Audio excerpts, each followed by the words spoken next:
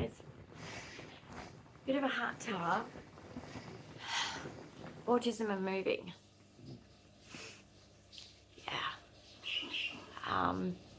It doesn't matter whether it's a positive move, a negative move, a stressful move, a non-stressful move. It doesn't matter. That bit is what affects everybody. I'm talking about what affects autism specifically. That's just my animals. They're feeling it too. It's really hard. And particularly the changes and the transitions, and especially for me, this is 7 times moving and 2 homelessness situations in 5 years. That's a lot for anyone. And then you add disability in, and you add autism. Anxiety is a big part of it. I got the nurse coming today to do some swabs. So, you know, even though I'm moving, I still have to have other things that are people up in my grill. That's why I like to cut my own hair, because I don't like people sort of, I don't know, unless I'm really close with someone or just connect with someone, random strangers just touching your hair, like it's just weird. And yeah, same with this. A random nurse will come and do swabs, and sometimes it's the same nurse, sometimes it's not, but we're here to mainly talk about autism and moving. That's my brain, not yours. It's hard. And maybe all women feel emotional moving. I don't know. All our stuff. Then again, that's an autism thing. Our stuff is just, why is it just everything? It's just as much to us as it is our people and our animals, and because it's, I don't know, we're collectors, we're, you know, and those things to us are precious. Not everything, but there's certain things. So there's so many things that are hard about moving, and then I'm not packing, so imagine that. I'm not the one that's actually having to, well, and that's what I don't like. I'm not the one packing it and having to be able to nicely pack it the way I'm used to. I have to allow others to do it for me and to sit back and go, okay, like, it's all good. It's all good. It's hard. Then there's things that aren't familiar, even though I'm taking things that are familiar and they're helping me to do that. The first room we're going to be in before they set up my room, I'll be with my mattress in a different bed, and it'll be like a hospital bed, not a companion bed sort of thing. So that'll be weird. Other carers have to step up more, which is going to have to happen anyway. But then eventually we'll get to our, as soon as we're in our actual apartment we used to live in, I'm fine. But it's still transition. And then there's processing. Even though I'll be happy there, they're communicating, the cat and the birds. Don't worry about that. Very cute. You know, the transitioning, right? Things like I'll be adapting to, even though luckily I know the place. Luckily I lived there for 2 years. It'll be easy. It'll be really, really easy to sort of just go, oh yeah, I know this place. I know where I am. But at the same time, going through like what happened here, still processing it, missing certain people, and then catching up with all the other people on the other end. That'll be exhausting, even though that's positive too. But then missing people, and then just the shock of it all. Because a lot's happened here, a lot of trauma. We've been exposed to a lot of bad things. That's why we're being saved.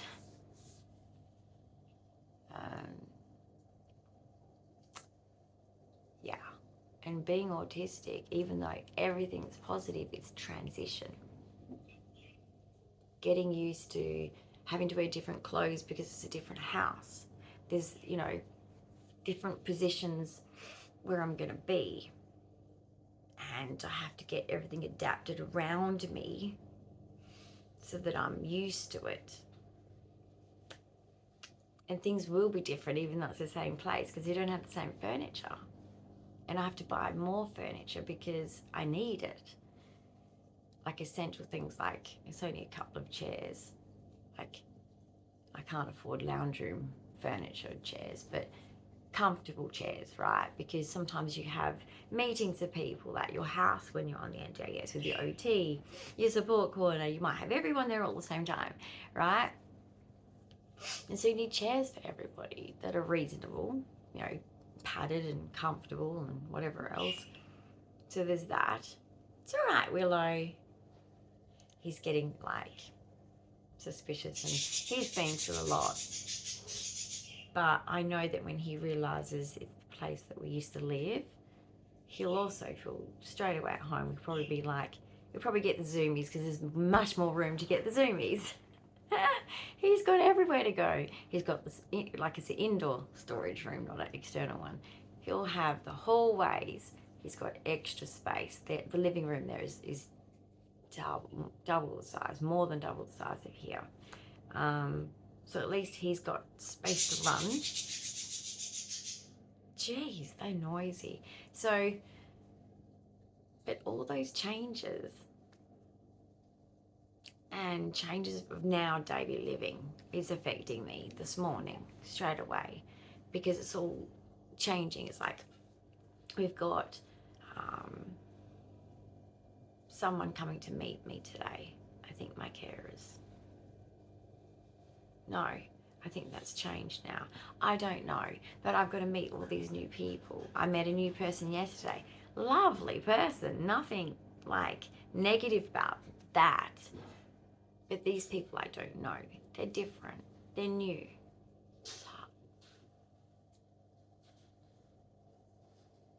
My routine's changing now. And I know that you might be thinking, oh, but you're an adult autistic. Just like I know Kaylin showed with when she had a cold or flu and she was struggling sensory. Ladies. And I'm the same with things like that, with flus and colds and whatever, you know. Willow, no. No. So yeah, you know, he's been cheeky in my bathroom. Good boy. You go sort those chickens out. Those chickens have been naughty. Not really. Just the routine's changing now, and it's hard. I can't explain it, but it's like, you know, when you have the cold and flu, those changes in your body, it's horrible. It's like I can handle pain easy, right? I'm not saying that I love pain. Don't get me wrong when I say that. But discomfort, I can't handle. Absolute whinger. I moan and I groan and I carry on like a pork chop when I have the flu because I'm so, ugh. It's not the pain, it's just that sensory, like, ugh. I don't, ugh. You know, when you get that funny feeling under your skin and like, I don't like it. So I know that one. And then this is the same. Even though I'm here and I know here, and when I go there, I know there, I'm not moving to a brand new place. But it's the transitions, it's the changes, and there's many transitions to this. So this is going to be boxed up. That affects me. Then, you know, when we get there, I'm in a different room before I go to my room. I'm meeting different people. Then I go to my room and everything doesn't look the same.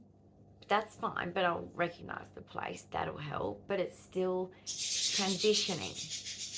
And transitions I suck at. Just ever since I was a kid, I have the same intense feeling, I just cope with it better, of changing from day to night. Oh, I cannot do it still. I still am an absolute, Oh, but then once it's late at night, I'm excited. Nobody else is. That's just me. So let's not forget about autism and moving house. And you don't need to even think about all the other, like my physical disability, your physical disability if you're autistic, because a lot of us have physical disability. See, he's feeling it. I know, Bubba. It's okay. It's okay. It's okay. You want to come sit with Mummy? So, yeah. Autism and moving is a big deal. Doesn't matter what age. Just like I said, I might appear to be coping that it changes from day to night. The evenings I might appear to be, oh, I've got it all together. Come here. Come and get into your fort. I'll move that pillow. You come and get in your fort. Do you want to get in your fort? So, transition. Cats are autistic. We all know that. Dogs are ADHD. Cats are autistic. And yeah, the transitions for me are hard because even though they're done right, you can never, it doesn't matter if everyone's doing it right. The person with autism, here you go, fort, woohoo, under. Okay, now he wants to keep meowing and letting his feelings out. He's got a lot of feelings, don't you, son? Is there anyone coming today other than the pathology? We've got pathology shortly, and then we have the coordinator with 2 new support staff. Right, that's right. So I'm meeting my support staff with my coordinator of all of this moving, okay? So that's all these new, one person, well, I've just met her yesterday, but like these transitions, new people, all of this change, it's a lot. Autism and moving is a lot. It'll affect my sleep now. Probably not so much here while I'm here, but most likely through the transition and maybe starting the night before. I don't know. I'm not sure. Sometimes I can predict, sometimes my body will just crash because I'm, relieved that I get to go home to where I call home. That might happen. I don't know, because my autism could also take over. And with 22q autism is also there's extras in it. As you know, I've got a lot of physical disabilities, which isn't uncommon for autistics, but there's a lot of syndromes that cause autism. Well, I should say have autism as a part of our syndrome, and that's me and my ADHD. And basically, fear and anxiety is a 22q thing.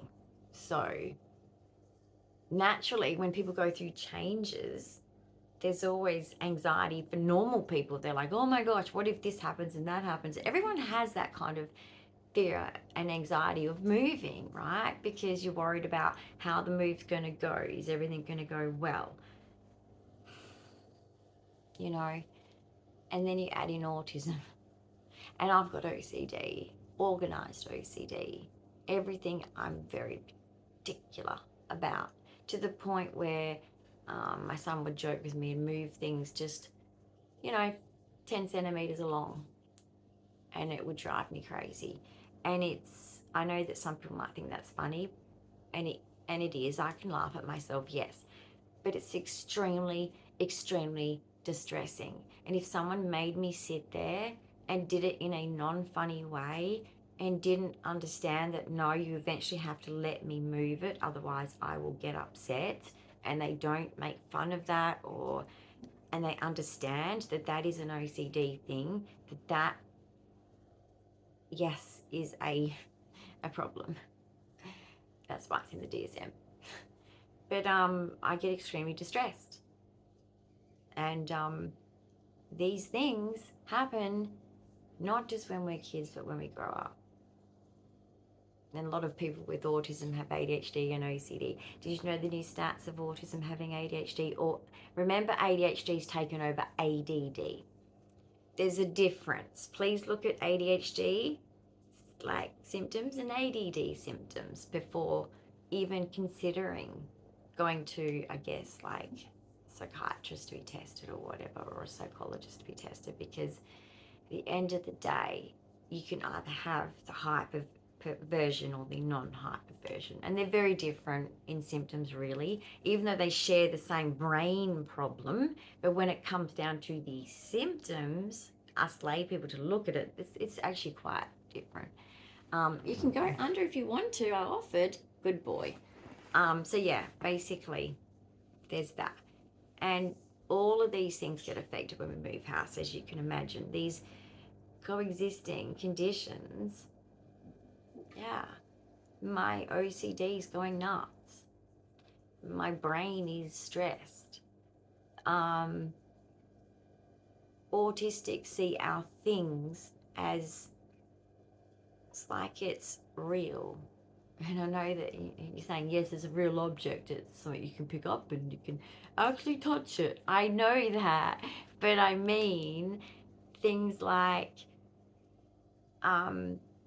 everything to me, it's like it's like it's a little creature and it has little features and maybe personality, or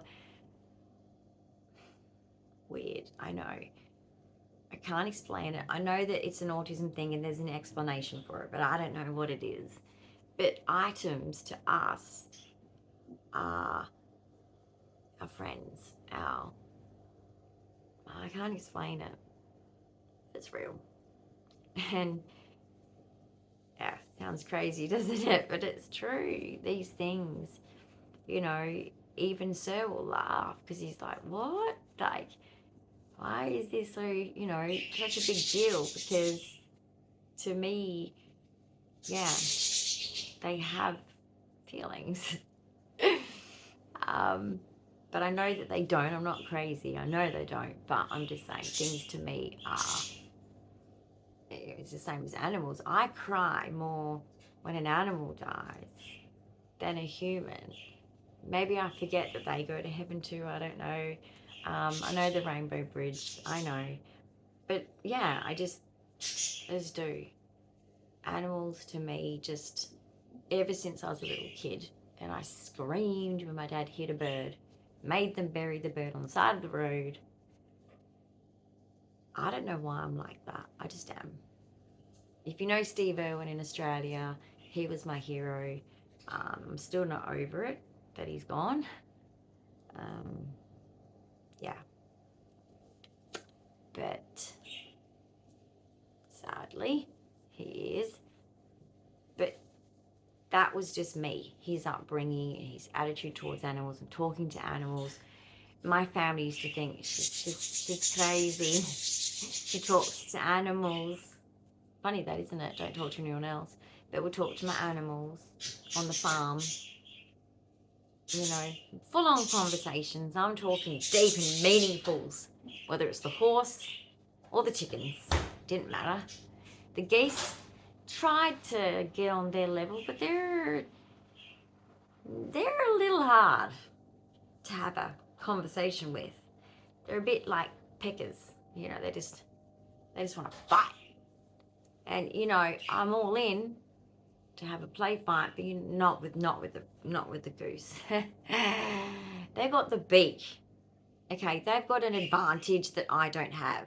These things, no, I'm not going to bite them back either. Because if an animal bites me, it's my fault, right? I mean, obviously crossing their boundary. And I grew up in a country town that taught me, luckily, all of these things about animals, how to protect them, insects, how to protect them, and it's how to love the earth and how to love all the trees. And yes, we were tree huggers. And, we would get told, you're stressed? Go talk to the trees. That's therapy. But the tree can't talk to me back. You can. So I'd go talk to the trees. Because literal, right? I'm autistic. It was actually therapeutic. And that's why now I wouldn't actually talk to a tree now, probably. I am an adult. But I would sit with trees and just have that philosophical internal thoughts. And I process better in the bush. More calmness, more, it's where I should be. It's where I should be, but I can't. It's my health. But transitions are hard. No matter how positive the move is, no matter how positive the transition is made, you can't avoid the autism factor. You know, there's things that I'll cry about that people are going to go, why is she crying? Everything's going well and fine and whatever else. I'm autistic. There's going to be stuff for me that's going to be hard, that to other people easy. This is how life is. And I just want people to remember that. So give yourself that. If you're autistic, just give yourself that grace when you're moving house and you've got like your autism stuff going all nuts and flying around and being affected by your autism. Hi. How would you like me to throw your routine into disarray again? Like what? Pathology's here ready to go. Let's jab ya. All right, guys. Well, I'll catch you later. I'll have to go toilet first. You will have to go get the person, so I'll bring them up. All right. All right, I'm going to the toilet. See you guys. Sorry for the overshare there. Jesus, that's a bit TMI. Frutamide tablets. Works good, apparently. Yeah. See you guys. See you guys. So don't forget, transitions and moving house. I'm going to look up some ways of coping just to remind myself to make it easier. And I recommend you do the same if you're ever in this position. It is a real thing, guys. Doesn't matter how old you are.